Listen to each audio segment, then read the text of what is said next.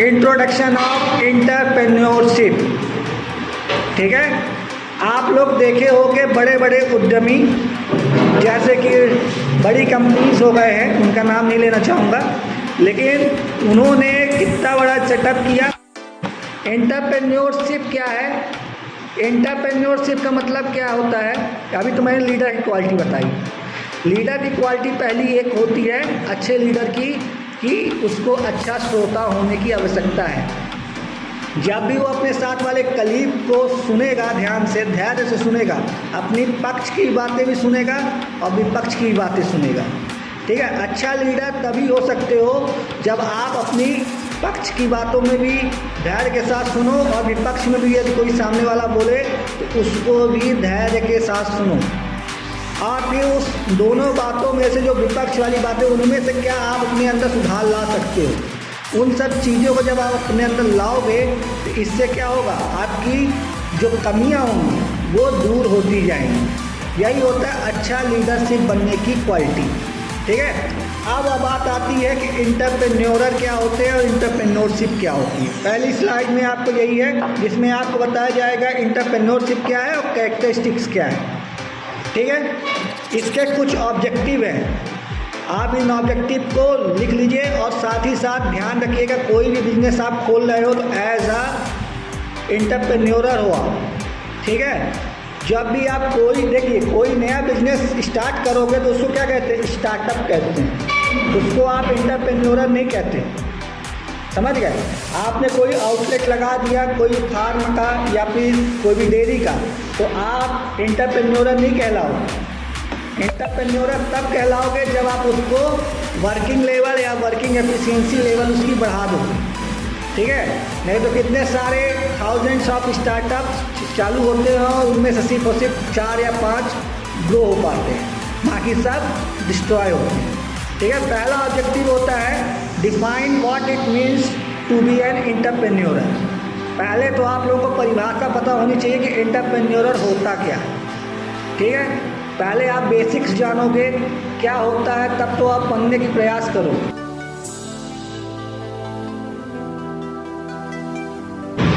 और अमेरिका और जो विकसित देश हैं जैसे यूनाइटेड किंगडम अमेरिका होगा, ये विकसित क्यों हैं? क्योंकि वहाँ 10th-12th के बाद बच्चों को खुला हैंड मिलता है, मतलब उनको कॉलेज कौन सा चुनना है, डिग्री कौन सी चुननी है और कौन सा बिजनेस करना है। इंडिया में सबसे बेस्ट एग्जाम्पल आप लोग सिंधी वर्ग को देख लीजिए।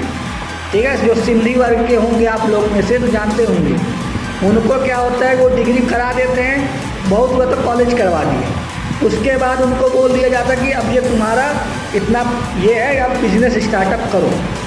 ठीक है, तो उन बच्चों को स्टार्टिंग से ही बिजनेस की आइडिया दिए जाते हैं। ठीक है, और दूसरा होता है compare the pros and cons of the big entrepreneur. क्या क्या इसके प्रोस मतलब क्या है, एडवांटेज, यानी इसकी क्या क्या महत्व है।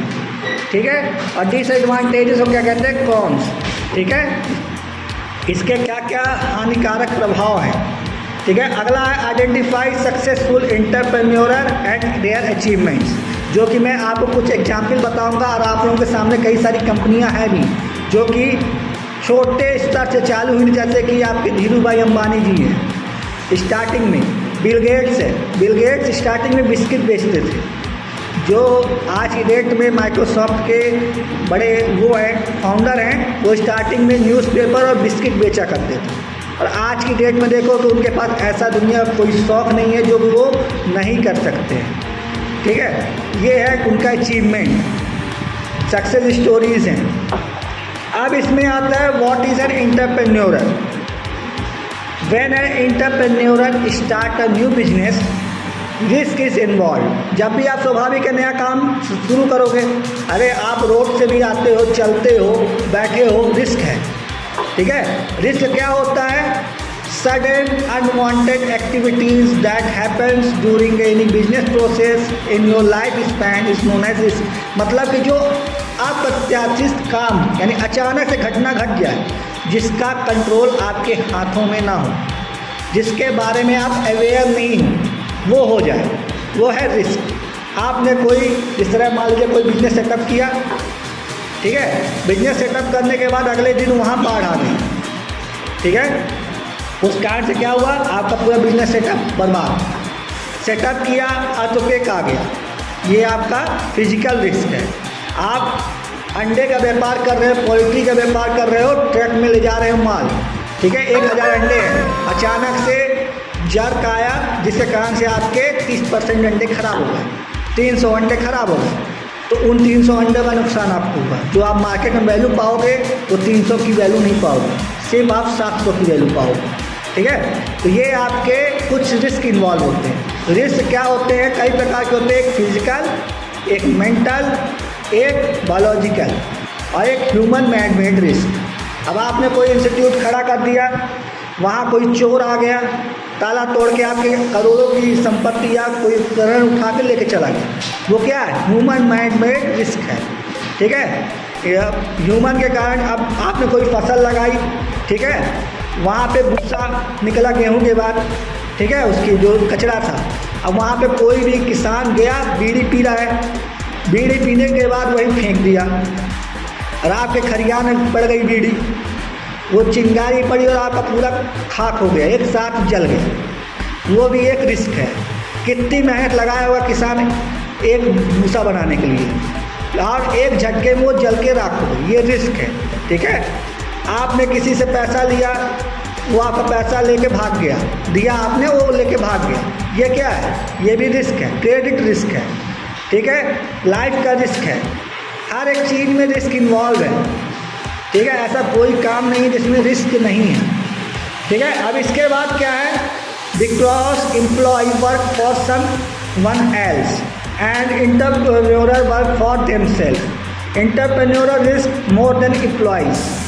जो मैंने आपको स्टार्टिंग बताया, जो आपके अंडर काम करेंगे वो अपने लिए काम करने आए हैं, उनका काम है नौकरी और प्लस पैसा, ठीक है। जब तक आपके यहाँ नौकरी में पैसा ज़्यादा रहेगा, ठीक है, उनके हिसाब से, तब तक ही वो आपके साथ जुड़े रहेंगे, ठीक है। वो कोई परोपकार करने नहीं आए हैं। बिजनेस में आप लोग हमेशा ध्यान रखिएगा, एज ए इकोनॉमिस्ट मैं बता दूँ, बिजनेस में कोई इमोशंस नहीं होते।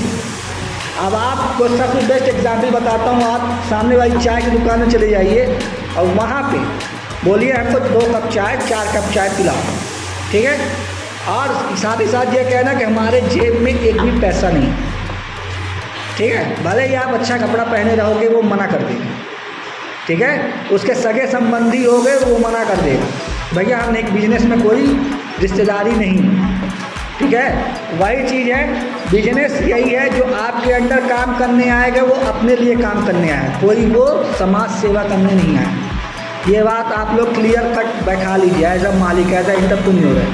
तो आपको भी, और जो एंटरप्रेन्योर होता है वो अपने लिए काम करता है, ठीक है। आप अच्छा ऑर्गेनाइजेशन रन करोगे तो आपका नाम होगा, आपको इनकम होगी और सारा मुनाफा आपका होगा, और नुकसान होगा एम्प्लॉय क्या है, वो छोड़ कर चला जाएगा, कंपनी डूब गई, हम छोड़ कर चले गए, हमारा क्या, हम सब जगह प्रोग्राम प्लानिंग लागू है, अपना उल्लू सीधा करना है, अपना काम निकालना है, उसके तहत आपको काम करना है, ठीक है। बी अब प्रैक्टिकल मैं बताता हूँ। अब इसमें क्या है, तीसरा point, doing work you enjoy. हमेशा एंटरप्रेन्योरर वही अच्छा बनता है जिसको वो वही काम चूज़ करे जो उसको अच्छा लगता है, लेकिन जो सामने वाला बोले तो वो भी रिस्पेक्ट के साथ बात करे, ठीक है। हमेशा पैसा भी मैटर नहीं करता, लेकिन कहीं रिस्पेक्ट भी करती है। इसलिए मैंने ये प्रोफेशन, आपका भी प्रोफेशन अलग है, आप लोगों का प्रोफेशन क्या होगा, आप लोग ABC क्लिनिक में हो, आप लोगों का मेन उद्देश्य ये होगा मेरे ख्याल से, मेरे को एंटरप्रेन्योरर बनना है, मेरे को बिजनेसमैन बनना है, ठीक है।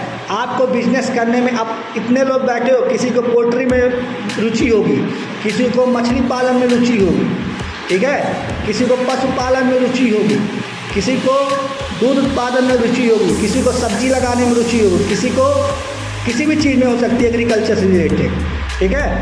हर बंदा यहाँ बिजनेस में, लेकिन रुचि काम करने की अलग अलग है, ठीक है। तो आप वही उद्यान खोलोगे, वही उद्यमी खोलोगे जिसमें आपका रुचि हो, ठीक है। एग्रीकल्चर बहुत ब्रॉड टर्म है, ठीक है। और इसके तहत आता है क्रिएटिंग ग्रेटर वेल्थ। जब भी आप अपने मनपसंद काम करोगे, जैसे मैं टीचिंग का हूँ, मैं अपना मनपसंद काम करूँगा तो उसमें मैं 100% एफर्ट बनाऊँगा। जब मैं 100% दूँगा तो वेल्थ भी बनेगी। एग्जाम्पल वही चीज़ है, यहाँ से भी आ रहा है, यहाँ पढ़ाने आए हो तो यहाँ से भी आएगा, ठीक है। हमेशा याद रखिए कि हमेशा प्रॉफिट अपना स्किल बनाइए। स्किल होगा कहाँ दूसरा इंस्टीट्यूशन का एम्प्लॉय, कहाँ ये खुद दिमाग लगाइए कैसे हो रहा है, क्या ज़रूरत थी मेरे को वहाँ से उठा के यहाँ ले आने की। लॉजिक है बात में, मैं तो वहाँ ही पढ़ा ही रहा था, लेकिन मेरे को क्यों यहाँ बुलाया गया। कुछ ना कुछ दम, कुछ ना कुछ बात, कुछ ना कुछ स्किल होगी तो सामने वाला बुला रहा है। सामने वाले घर में जाते हो तो तभी दरवाज़ा खुलता है जब उसको कुछ फ़ायदा दिखता है कि सामने वाले व्यक्ति से फ़ायदा होगा तभी दरवाज़ा खोलेगा, नहीं तो आपके मुंह में दरवाज़ा बंद कर दिया जाता है, ठीक है। तो हमेशा स्किल में करो।